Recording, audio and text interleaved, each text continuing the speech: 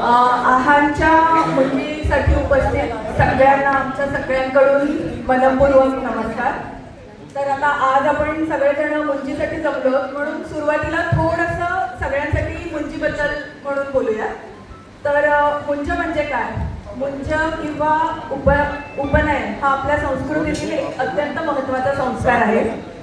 हा केवळ एक विधी नसून तो आहांच्या जीवनातील एका नवीन पर्वाची सुरुवात होणार आहे. उपनयनचं आपण जर एखादी ट्रॅडिशनल डेफिनेशन बघितली तर त्याचा अर्थ काय की गुरुच्या सान्निध्यात नेणे म्हणजे ज्ञानाच्या, शिस्तीच्या आणि जबाबदारीच्या मार्गावर हे आहांचं पहिलं पाऊल असणार आहे. या दिवशी लहान मुलाला यज्ञोपवीत किंवा जानवा आपण म्हणतो ते धारण करून गायत्री मंत्राचा उपदेश दिला जातो आणि तो पटू म्हणून ब्रह्मचर्यामध्ये प्रवेश करतो. म्हणजे शिक्षण, संयम आणि संस्काराच्या जीवनाची ही एक सुरुवात असते. पण मग आता ह्याला जर आपण आजच्या काळानुसार बघितलं तर आजच्या काळानुसार काय तर हा एक त्याच्या लाईफमधला एक महत्त्वाचा अपडेट आहे. म्हणजे आपण त्याला सांगतोय की आता तू फक्त एक लहान मुलगा नाही आहेस, तर तुझ्या पुढे एक मोठं आयुष्य आहे जिथे तुला जबाबदारी घेऊन पुढे जायचंय. तू आता फक्त एक खेळणारा मुलगा नाही आहेस, तर एक विचार करणारा, शिकणारा, स्वतःच्या कृतीची जबाबदारी स्वतः घेणारा असा तू आता हळूहळू होतो आहे.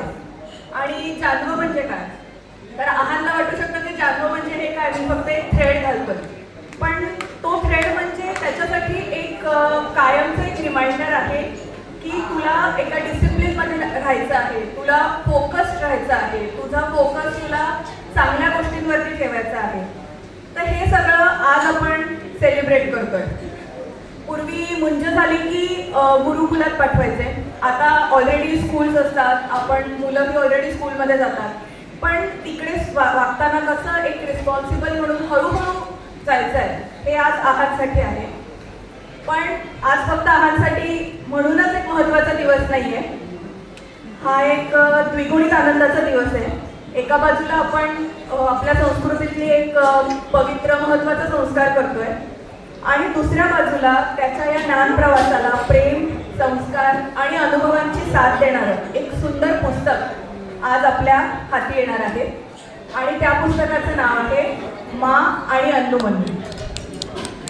आणि पुस्तकाची लेखिका आहे आपल्या सगळ्यांची लाडकी वर्षा कोळेकर, वर्षा मावशी.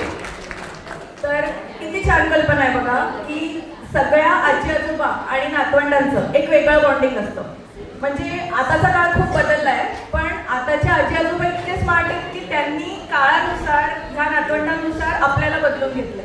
आणि मला वाटतं वर्षा मावशी त्याचंच रिप्रेझेंटेशन आहे की आहांला तिने एक हे लाईफ टाईम गिफ्ट ती देते जे त्याला मे बी आत्ता नाही कळणार की ह्या बुकचं जे महत्त्व आहे हे त्याला कदाचित आत्ता नाही कळणार.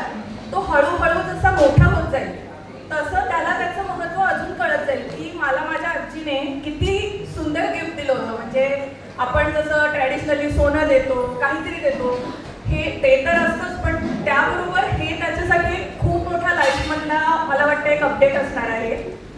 आणि मावशीने हे तिच्या नातवासाठी खास लिहिलेलं पुस्तक आहे. त्या नातवावरच्या प्रेमाची, मैत्रीची, हे खूप महत्त्वाचं आहे. मैत्रीची फक्त धाक नाही तर मैत्री, नात्याच्या बहरण्याची आणि त्यातल्या वेगवेगळ्या अनुभवाच्या आनंदाची ही गोष्ट वर्षा मावशीने लिहिली आहे.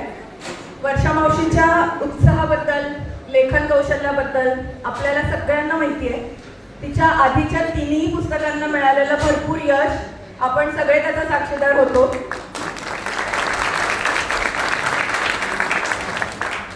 पण I guess this time it is special कारण तिच्या सगळ्या पुस्तकांमधलं हे पुस्तक तिने मला वाटतं आता तिच्या सगळ्यात आवडत्या व्यक्तीसाठी डेडिकेटेड किंवा लिहिलेलं पुस्तक आहे, त्यामुळे ते स्पेशल आहे.